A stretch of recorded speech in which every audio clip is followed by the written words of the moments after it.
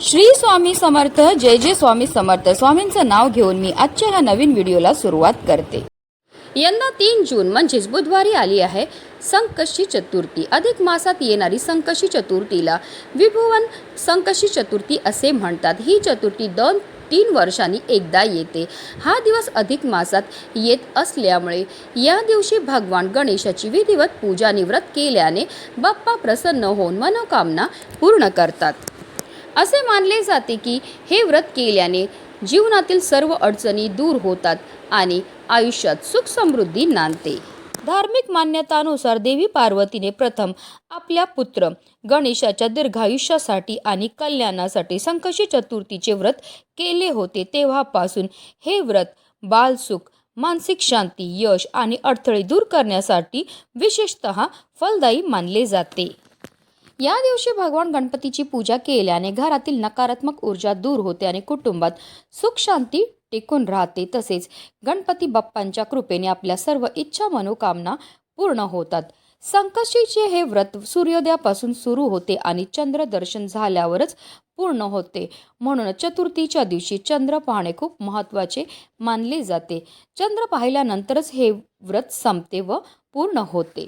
संकष्टी चतुर्थीच्या दिवशी चंद्रोदय हा रात्री 10:04 होणार आहे. उपवास करणाऱ्यांनी या दिवशी चंद्रदेवांचं दर्शन घेऊन त्यांना दूध व जल अर्पण करायचं आहे. चंद्रदेवांची पूजा करून झाल्यानंतर गणपती बाप्पांची पूजा व आरती करावी आणि मग व्रत सोडावे.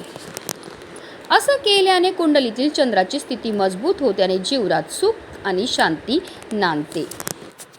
धार्मिकदृष्ट्या हा दिवस अतिशय महत्त्वाचा असल्यामुळे या दिवशी काही प्रभावी उपायाने सेवा देखील केल्या जातात.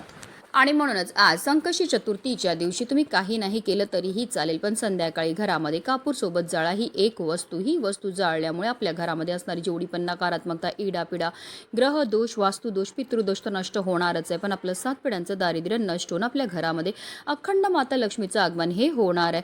तर ती कोणती वस्तू जाळायची, कोणत्या वेळेत जाळायची त्याबद्दल सविस्तर आणि महत्त्वाची माहिती मी तुम्हाला या व्हिडिओमध्ये देणार आहे. तर व्हिडिओ पूर्ण पहा आणि जर तुम्ही माझ्या चॅनलवर नवीन असतील तर चॅनलला सबस्क्राईब करा आणि शेजारी बेल आयकॉन सुद्धा प्रेस करा, जेणेकरून तुम्हाला माझ्या नवनवीन व्हिडिओचे नोटिफिकेशन हे मिळत राहील.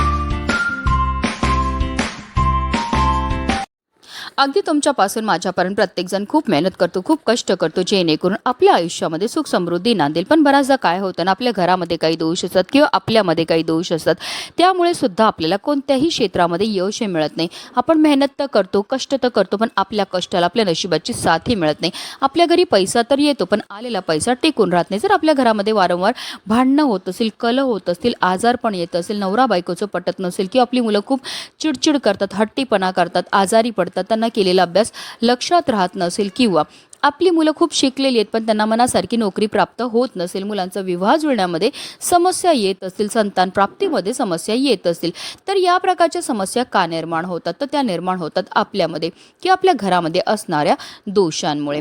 जर आपल्याला की आपल्या घराला नजर लागलेली असेल, कुंडलीमध्ये राहू, केतू, शनी या ग्रहांचे दुष्प्रभाव असतील, घरामध्ये वास्तुदोष असेल, पितृदोष असेल, तर त्यामुळे सुद्धा या प्रकारच्या समस्या आपल्या जीवनामध्ये उद्भवत असतात. आणि या काही पवित्र तिथी आहेत, या तिथींना जर आपण काही प्रभावी उपाय केले तर त्यामुळे निश्चितच आपल्याला या सर्व दोषांपासून मुक्तता मिळण्यामध्ये मदतही मिळत असते. आता हा उपाय आपल्याला कधी करायचा? तर हा उपाय आपल्याला आज संध्याकाळी 6 वाजल्यापासून 7:30ची जी वेळ असते ती माता लक्ष्मीची आगमनाची वेळ असते. आणि त्यावेळेमध्ये जर आपण काही प्रभावी उपाय केले तर त्यामुळे माता लक्ष्मी ही आपल्यावर प्रसन्न होते आणि तिचं अखंड आगमन आपल्या घरामध्ये होत असतं. पण आता काही कारणास्तव जर तुम्हाला या वेळेमध्ये हा उपाय करणं शक्य नाही झालं तर अगदी रात्री 12 वाजेपर्यंत सुद्धा तुम्ही हा उपाय जो आहे तो करू शकतात. हा उपाय सुरू करायच्या अगोदर सर्वप्रथम आपल्याला देवघरामध्ये दिवा हा प्रज्वलित करून घ्यायचा आहे. कारण कोणतीही सेवा किंवा कोणताही उपाय जर आपण अग्नीच्या साक्षीने केला तर त्यामध्ये आपल्याला निश्चितच सफलताही प्राप्त होत असते. त्यानंतर आपल्याला विधिवत गणपती बाप्पांची पूजाही करून घ्यायची आणि त्यानंतर आपल्याला आपल्या घराचे सर्व दरवाजे आणि खिडक्या सुद्धा खोलून घ्यायच्यात. कारण आपल्या घरामध्ये असणारी जेवढी पण नकारात्मकता, इडापिडा, दोष आहेत, अलक्ष्मी आहे, तिला आपल्याला घरातनं बाहेर काढून टाकायचं आहे. हा संपूर्ण उपाय आपण देवघरासमोर बसून करणार आहे. तर आपल्याला एक मातीची पंती ही घ्यायची आहे, कारण मातीच्या पंतीमध्ये सकारात्मक अशा लहरी असतात. मातीची पंती ही पंचतत्वापासून बनलेली असते. त्या मातीच्या पंतीमध्ये आपल्याला एक सुक्या खोबऱ्याची वाटी ही ठेवायची आहे. नारळामध्ये आपल्यामध्ये असणारी जेवढी पण नकारात्मकता आहे ती शोषून घेण्याची क्षमता असते. तसेच नारळ हे गणपती बाप्पांना अतिशय प्रिय आहे. आता तुमच्याकडे अख्खी नारळाची वाटी नसेल तर एक छोटा तुकडा जरी तुम्ही त्या मातीच्या पंतीमध्ये टाकला तरीही चालणार आहे.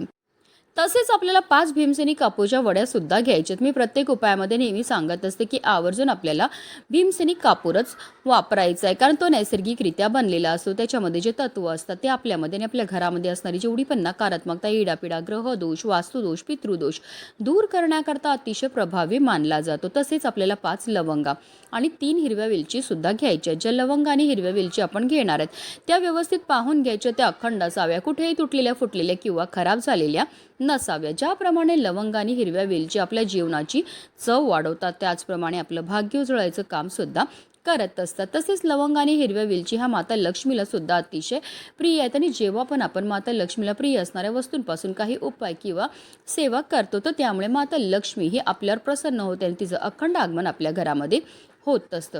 आता या लवंग आणि हिरव्या वेलची सुद्धा आपल्याला त्या मातीच्या पंतीमध्ये नेऊन टाकायचे आहेत. तसेच आपल्याला चिमूटभर काळे तीळ सुद्धा घ्यायचे. तीळ हे गणपती बाप्पांना अतिशय प्रिय. तसेच काळे तीळ हे आपल्या पितरांना सुद्धा समर्पित आहेत. आणि जेव्हा पण आपण काळे तिळांपासून काही उपाय किंवा सेवा करतो तर त्यामुळे आपल्या जीवनामध्ये असणारा प्रखरातला प्रखर पितृदोष, ग्रहदोष, शत्रुपीडा, दारिद्र्य दूर होण्यामध्ये मदतही मिळत असते, कारण तिळांना दारिद्र्यनाशक असं सुद्धा म्हटलं जातं. आता हे काळे तीळ आपल्या उजव्या हातामध्ये घ्यायचे आणि आपल्या घरामध्ये जेवढे पण सदस्य असतील त्या प्रत्येक सदस्याच्या डोक्यापासून पायापर्यंत आपल्याला 7 वेळा हे काळे तीळ उतरवायचे आणि त्यानंतर हे काळे तीळ सुद्धा आपल्याला त्या मातीच्या पंतीमध्ये नेऊन टाकायचे आहेत. आता देवघरामध्ये प्रज्वलित असलेल्या दिव्याच्या मदतीने आपल्याला या मातीच्या पंतीमध्ये असणारा जो कापूर आहे तो प्रज्वलित करून घ्यायचा आहे. कापूर प्रज्वलित झाला की त्यामध्ये आपल्याला थोडंसं तूप सुद्धा टाकायचं. तूप देखील गणपती बाप्पांना अतिशय प्रिय आहे. तसेच माता लक्ष्मीला सुद्धा अतिशय प्रिय. तूप टाकल्यामुळे प्रचंड धूर हा निर्माण होतो. काही वेळा करता आपल्याला ही मातीची पंती जी ती देवघरासमोरच ठेवायची आणि त्यानंतर ही मातीची पंती आपल्याला तिकडनं उचलायची आहे आणि याचा जो धूर आहे तो आपल्या संपूर्ण घरामध्ये आपल्याला फिरवायचा. फिरवताना निरंतर आपल्याला ओम गणगणपते नमः किंवा ओम श्री विघ्नहर्ताय नमः या मंत्राचा जप हा करायचा. संपूर्ण घरामध्ये हा धूर फिरवून झाल्यानंतर आपल्याला आपल्या मुख्य प्रवेशद्वाराच्या उंबरठ्याच्या बरोबर मधोमध नेऊन या मातीच्या पंतीला ठेवायचं. जिथपर्यंत कापूर प्रज्वलित आहे तिथपर्यंत निरंतर आपल्याला मंत्राचा जप हा करायचा आहे. जेव्हा आपण कापूर सोबत या वस्तू जाळतो त्याचबरोबर मंत्राचा जप करतो त्यामुळे आपल्या घरामध्ये असणारी जेवढी पण नकारात्मकता, इडापिडा, ग्रहदोष, वास्तुदोष, पितृदोष, अलक्ष्मी असते ती घरातनं काढता पाय करून निघून जाते. आणि ज्या घरामध्ये कोणत्याही प्रकारचे दोष नसतात त्याच घरामध्ये माता लक्ष्मीचं आगमन हे होत असतं. आता या मातीच्या पंतीमध्ये असणारा कापूर शांत झाला की यामध्ये काही वस्तू असतील ज्या जळालेल्या असेल, काही वस्तू नाही जळालेल्या असेल तर त्या वस्तू आपल्या घरापासून लांब नेऊन आपल्याला टाकून द्यायच्यात. अशा रीतीने आपल्याला हा उपाय जो आहे तो आज संध्याकाळी करायचा. अतिशय प्रभावी असा हा उपाय केल्यामुळे आपल्या जीवनामध्ये असणारी जेवढी पण नकारात्मकता, इडापिडा, ग्रहदोष, वास्तुदोष, पितृदोष तर दूर होणारच आहे, पण आपलं 7 पिढ्यांचं दारिद्र्य नष्ट होऊन आपल्या संपूर्ण कुटुंबाची भरभरून अशी प्रगती होणार आहे. म्हणूनच व्हिडिओ जास्तीत जास्त लोकांपर्यंत शेअर करा जेणेकरून प्रत्येकाच्या आयुष्याचं कल्याण हो हीच मनामध्ये इच्छा. गणपती बाप्पा मोरया.